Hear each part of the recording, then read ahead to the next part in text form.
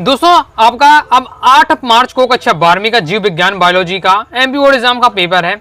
अब इसकी भी हम लगातार तैयारी करेंगे। ओके, तो दोस्तों आज की इस वीडियो में मैं आपको क्लास 12 बायोलॉजी के 2 अंकी वाले महत्वपूर्ण अति महत्वपूर्ण प्रश्न उत्तर बताने वाला हूं। पार्ट 1 रहने वाला है। क्रम से 2 अंकी वाले में आपको क्वेश्चन बताऊंगा। पार्ट 1, पार्ट 2, पार्ट 3 इस पार्ट से आएगा। 3 अंकी वाले, फिर 4 अंकी वाले देखेंगे। साथ ही इंपॉर्टेंट आप डायग्राम कहेंगे तो डायग्राम बता दूंगा। ओके, चित्र वाले वस्तुनिष्ठ भी हम क्या है तो साथ साथ लेकर चलेंगे। तो क्रम से तैयारी करना चाहते हैं, अलग से प्लेलिस्ट बना दी है। क्लास 12 बायोलॉजी टॉपर सीरीज 2025 के नाम से प्लेलिस्ट रहेगी, तो क्रम से आपको देखना है। ओके, हिंदी, इंग्लिश और आपका फिजिक्स तीनों का पेपर मैंने आपको पूरा फंसाया है। आपने देखा है कि क्वेश्चन अपने पूरे जो मैं आपको पढ़ाता था उसी से रहता, इसलिए आप अच्छे से तैयार करते जाइएगा जो मैं क्वेश्चन आपको बताते जाऊं। तो सच्ची मेहनत और संघर्ष ही सफलता की एकमात्र कुंजी है। हम जो क्वेश्चन देखेंगे चैप्टर वाइज चैप्टर में आपको बताऊंगा, तो आपको समझने में भी आसानी होगी। मैंने ज्यादा मिक्स आपको नहीं किया, चैप्टर वाइज चैप्टर हम देखेंगे। पहला हमारा चैप्टर है पुष्पी पादप लेक्चर, इसे आपको देख लेते हैं। एक आवृत बीजी पुष्प के उन अंगों के नाम बताइए जहां नर एवं मादा युग्म भेद का विकास होता है। तो नर युग्म भेद का विकास होता है पुंकेसर के परागकोश में, और मादा युग्म भेद का विकास होता है अंडाशय में स्थित बीजांड के बीजांडाशय में। बिल्कुल सिंपल है, ऑब्जेक्ट पूछा जा सकता है। Next important previous year paper, यानी 2022 के क्वेश्चन, 23 के, 2024 के, इन 3 साल के पेपर के जितने भी क्वेश्चन है सभी आपको तैयार होने चाहिए।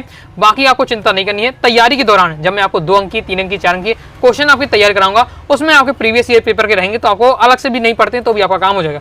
ओके, बाकी आपको दिख जैसे आपको ये क्वेश्चन है, सेव को आभासी फल क्यों कहते हैं? पुष्प का कौन सा भाग फल की रचना करता है? ये क्वेश्चन आपका एमपी बोर्ड एग्जाम 22 में आया था। सेव को आभासी फल क्यों कहते हैं?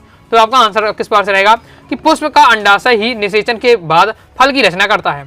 अंडाशय का अतिरिक्त जब अन्य भाग जैसे पुष्पासन हो गया, पुष्परम आदि से फल का निर्माण होने लगे, निर्माण से भाग हो देते हैं, तब ऐसे फल को हम क्या आभासीय असत्य फल कहते हैं। ओके, हम क्या जानते हैं पुष्प का जो अंडाशय की निषेचन की बात क्या फल की रचना होती है। अंडाशय का अतिरिक्त जब अन्य भाग जैसे पुष्पासन, पुष्पक्रम, इनसे अगर फल का निर्माण में जी भाग लेने लगी तो वो आपका आभासी फल कहलाएगा। ओके, अब सेव के पुष्प का पुष्पासन मासल होने पर फल का मुख्य खाद्य भाग होता है, अतः सेव को हम क्या आभासी फल कहा जाता है। क्लियर है।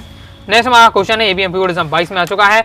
परागकण भित्ति की रचना में टेपिटम की आपको भूमिका बतानी की। परागकण की भित्ति की रचना में टेपिटम की क्या भूमिका है? तो टेपिटम परागकोश या लघु बीजाणुधानी की सबसे भीतरी पोषक परत होता है, बनता है। टेपिटम परागकणों की बाह्यतम भित्ति का एक तेलीय परत बनाता है। स्पोरोलेन जैसे प्रतिरोधी पदार्थ के निर्माण में भी इसकी प्रमुख भूमिका है। कीट परागित पुष्पों में परागकणों की पुलेटिन किट का निर्माण भी टेपिटम द्वारा होता है। तो ये आपकी टेपिटम की भूमिका दी है। नेक्स्ट बहुत ज्यादा महत्वपूर्ण है, हाई चांसेस की आपके आने के, तो आपको तैयार करके रखना है। स्वपरागण और परपरागण में अंतर। एमपी बोर्ड एग्जाम 19 में आया था, 20 में आया था। क्या होता है स्वपरागण हो गया और परपरागण। बहुत ज्यादा इंपॉर्टेंट 3 पॉइंट आपको तैयार करना है। ये क्वेश्चन आपको 2 नंबर में आ सकता है, 3 नंबर, 4 नंबर तक में भी आ सकता है। 4 मैं कहूंगा 4 पॉइंट भी रख लीजिए, तो इस चैप्टर से आपका 4 नंबर क्वेश्चन ही बन सकता है। तो इसलिए आपको पढ़ के रखना है। स्वपरागण आपका ये दिया हुआ है कि परागण परागकणों का किसी पुष्प के परागकोश में उसी पुष्प की वर्तिकाग्र में में या उसी पौधे पर स्थित किसी अन्य पुष्प की वर्तिकाग्र में स्थानांतर स्वपरागण कहलाता है। यानी एक ही पौधा है, ओके, उसी का परागकोश है जो उसी में आपका उसी वर्तिकाग्र में गिरा, तो आपका स्वपरागण है। परपरागण की घटना में क्या होता है कि किसी पुष्प का परागकोश से उसी प्रजाति के किसी अन्य पौधे पर स्थित पुष्प की वर्तिकाग्र का स्थानांतरण आपका क्या परागकण कहलाता है।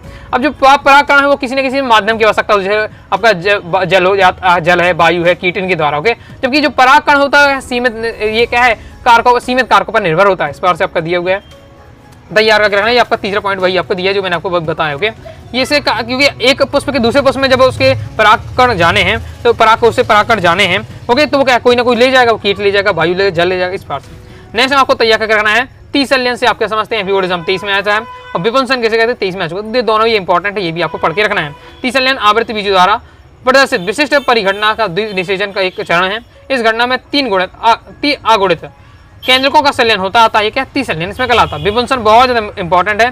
तो मादा जनक के पुष्पों से कलिकावस्था में पराग कोषों को चिमटी द्वारा काटकर अलग कर देना। चिमटी द्वारा विपुंसन, ओके, यानी क्या काटकर अलग कर देना। मादा जनक के पुष्पों से कलिकावस्था में जो पराग कोष को चिमटी से काटकर अलग कर देते हैं, तो यही घटना आपकी विपुंसन कहलाती है। ओके, और भी हम इसे डिटेल बता सकते हैं, लेकिन 2 नंबर में आपको 2 लाइन में आपको तैयार करना है। तो ये सबसे बेस्ट आपकी रहने वाली परिभाषा है। आगे देख लेते हैं। नेक्स्ट दोस्तों हमारा अध्याय 2 आ जाता है, मानव जनन। मानव जनन वाले चैप्टर सबसे पहले आपको तैयार करना है। ओके, कमी चांस है, पढ़ के रखिएगा क्योंकि एमपी बोर्ड 20 में जो 24 में आ चुका है। तो बस ये सिंपल है, पढ़ के रखना है। क्वेश्चन आएगा क्या कारण है कि जो मनुष्य के जो वृषण होते हैं उदर गुहा के बाहर स्थित होते हैं? तो क्या कारण होता है? देखिए, वृषण में होने वाली शुक्राणु जनन की जो प्रक्रिया को शरीर का ताप सामान्य ताप से क्या 2 डिग्री से 3 डिग्री के कम ताप की आवश्यकता होती है।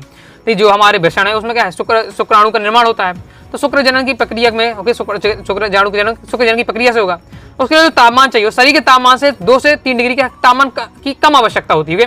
वो क्या है, इसलिए क्या है, शरीर के बाहर होते हैं। तो मानव शरीर में उदर गुहा का तापमान शरीर के तापमान के समानता से डिग्री होता है। अतः ऐसी स्थिति में शुक्र जनन की प्रक्रिया संपन्न नहीं हो पाती है, जिससे क्या बंधता उत्पन्न हो जाती है। क्लियर है, आगे देख लेते हैं नेक्स्ट। और ये इस टाइप का भी कहा जाए, बंधता वाला भी इस टाइप का क्वेश्चन आ सकता, तो भी आपका यही आंसर रहने वाला है। नेक्स्ट हमारा क्वेश्चन है, एम्ब्रियोनिज्म 23 में आ चुका है, रिपीट हो सकता है। प्रसव किसे कहते हैं? प्रसव क्या होते हैं? सिंपल है, गर्भ की अवधि के पूरा हो जाने के बाद गर्भाशय भित्ति से तीव्र संकुचनों के कारण शिशु का योनि मार्ग से बाहर आना क्या प्रसव कहलाता है, जिसे आप डिलीवरी कहते हो। तो वही सिंपल है, कोई दिक्कत नहीं है।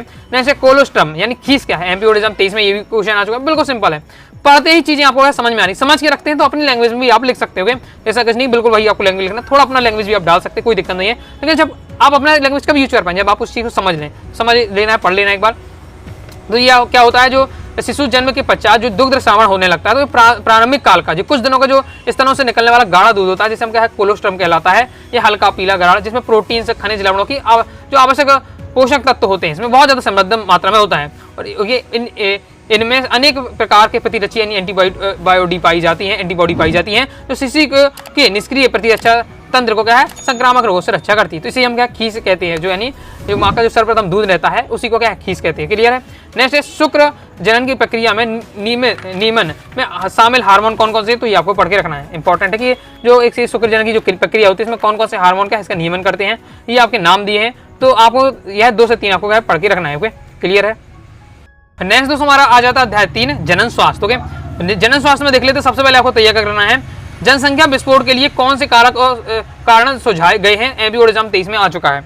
तो देख लेते कौन कौन से कारण हैं। पहला है, मृत्यु दर में आई कमी, मातृ दर में आई कमी। हो गई, मृत्यु दर में कमी आ रही, जनसंख्या विस्फोट क्यों हो रहा है, लोग क्या है, जन्म तो ज्यादा हो रही, जन्म लेने वाले लोगों की संख्या ज्यादा है, लेकिन मृत्यु लोग क्या है, मृत्यु कम हो रही है, इससे जनसंख्या बढ़ रही है। साथ ही शिशु मृत्यु दर में भी अब क्या है, गिरावट आने लगी है। जनन आयु वर्ग के लोगों में क्या है, संख्या में क्या हुई बढ़ोतरी है। साथ ही अन्य कारण जैसे अशिक्षा, कम उम्र में विवाह, सामाजिक मान्यता, गर्भ निरोधक के साधनों को ना अपनाना। ओके, तो ये सब आप जानते होंगे, ये सभी के कारण जनसंख्या विस्फोट क्या लगातार बढ़ रही, जनसंख्या बढ़ रही। क्लियर है। नेक्स्ट हमारा ऐसे ये टॉपिक है कि एक बार आपने पढ़ ली, समझ लिया, अपनी भाषा में आप बता सकते हैं, पॉइंट दे सकते हैं, ऐसा नहीं बिल्कुल आपको एकदम रटना है। कुछ ही क्वेश्चन ऐसे होते हैं एकदम कुछ आपको टॉपिक आपको समझना है, बाकी ये जो अभी जितने 2 नंबर वाले क्वेश्चन है थोड़ा सा समझ के रखिए, अपनी भाषा में आराम से बता सकते हैं, कोई दिक्कत नहीं है। शब्द विस्तार लिखिए, यानी फुल फॉर्म लिखना है, शब्द विस्तार फुल फॉर्म लिखना है। आप कहेंगे तो मैं आपको पूरे कम से कम जो आपकी पूरी बुक के सिलेक्टेड जो आपके शब्द विस्तार है वो आपको बता दूंगा, क्योंकि आपका यहाँ से क्वेश्चन आएगा, एक ना एक आपका ऑब्जेक्ट बन जाएगा और 2 नंबर क्वेश्चन भी आपको बन सकता है। 3-4 नंबर के यहाँ से फुल फॉर्म से संबंधित आपके आ जाता है, बायोलॉजी में क्वेश्चन हमेशा आता है, तो इसलिए मैंने तैयार करा हूँ। ओके, जिसमें पूरी बुक के सिलेक्टेड आपके फुल फॉर्म वाली रहेगी, तो मैं आपको बता दूंगा। तो कमेंट बॉक्स में आप जरूर लिख दीजिएगा फुल फॉर्म वीडियो के, फुल फॉर्म वीडियो यानी जितने भी आपके फुल फॉर्म वाले होंगे सब मैं आपको बता दूंगा। बाकी ये अब इंपॉर्टेंट आईयूडी का जैसे एंटा यूटेराइड डिवाइसेस, ये सभी आपको पढ़ के एक बार रखना है, इंपॉर्टेंट है। नेक्स्ट देख लेते हैं, नेक्स्ट बहुत ही ज्यादा इंपॉर्टेंट आपका क्या है, टेस्ट ट्यूब बेबी किसे कहते हैं, एम्ब्रियोनिज्म 19 में आ चुका, 22 में क्वेश्चन आ चुका है, एकदम तैयार करके आपको रखना है, बहुत ज्यादा महत्वपूर्ण आपका रहने वाला है। ये आपका टेस्ट ट्यूब बेबी और अपने एम्नियो सेंसिटिव, ये 2 से टॉपिक है, हर साल पूछे जाते हैं, अक्सर इन दोनों से आता है। टेस्ट ट्यूब बेबी आप देख लीजिए, ये आपका दिया हुआ है।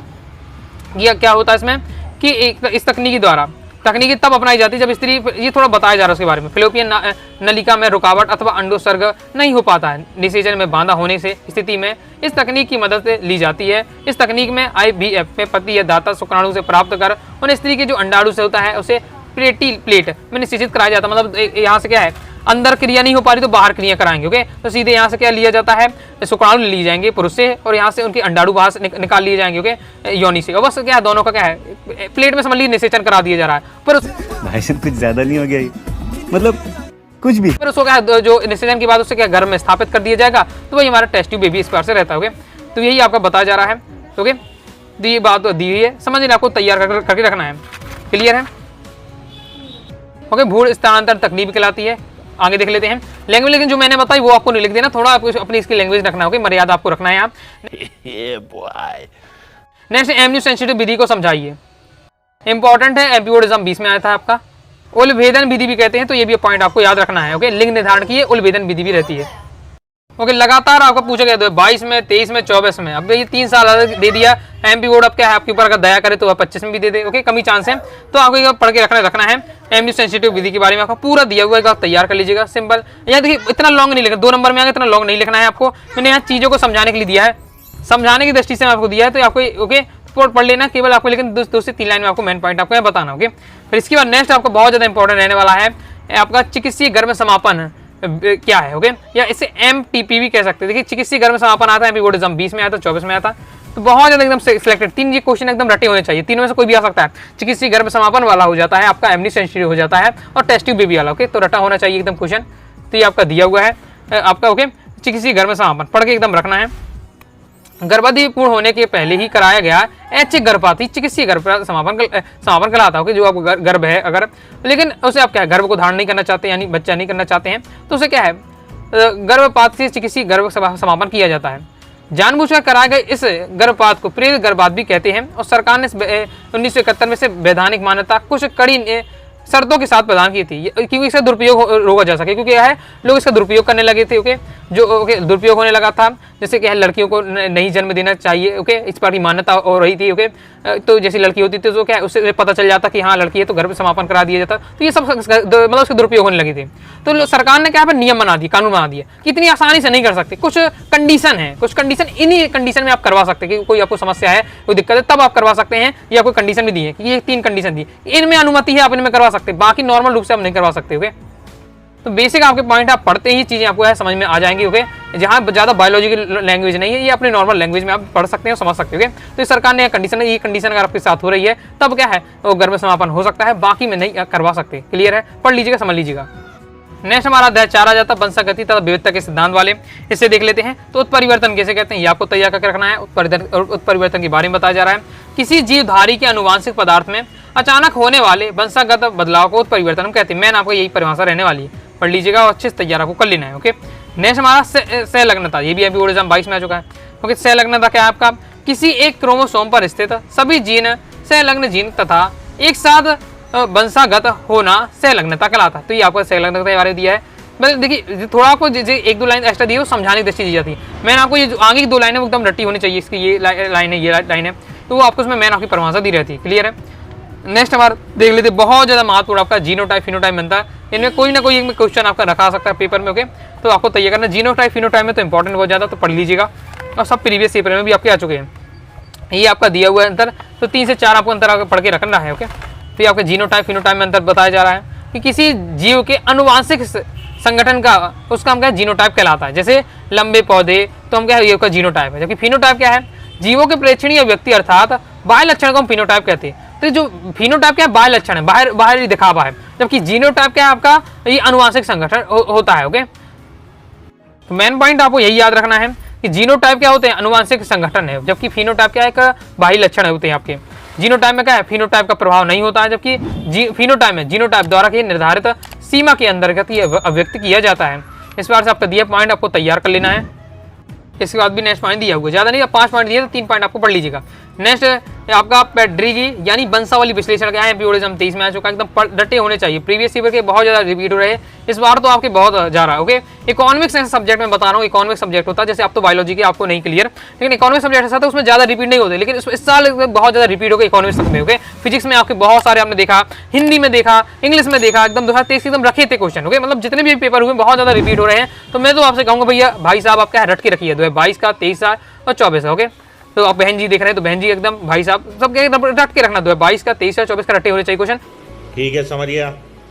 मैं इसलिए उसमें फोकस कर रहा हूँ मैं, क्योंकि अभी ये देख रहा है तो इसीलिए सबसे ज्यादा फोकस कर रहा हूँ। नेक्स्ट हमारा बिंदु परिवर्तन क्या है, बिंदु परिवर्तन क्या है, एक उदाहरण दीजिए। तो 24 में आ चुका है, तो अब ये कम चांस है, 24 वाला कम चांस है, तो 22 और 23 वाला आपको रटिए। तो ये आपको एकदम वंशावली को याद करके रखना है कि कुछ अनुवांशिक विश्लेषकों का 2 या 2 से अधिक पीढ़ियों का वंशावृक्ष या आरेख के रूप में प्रस्तुत अभिलेख हमारा वंशावली या पेडिग्री कहलाता है। ये 2 लाइन तो आपको मतलब रटी होनी चाहिए।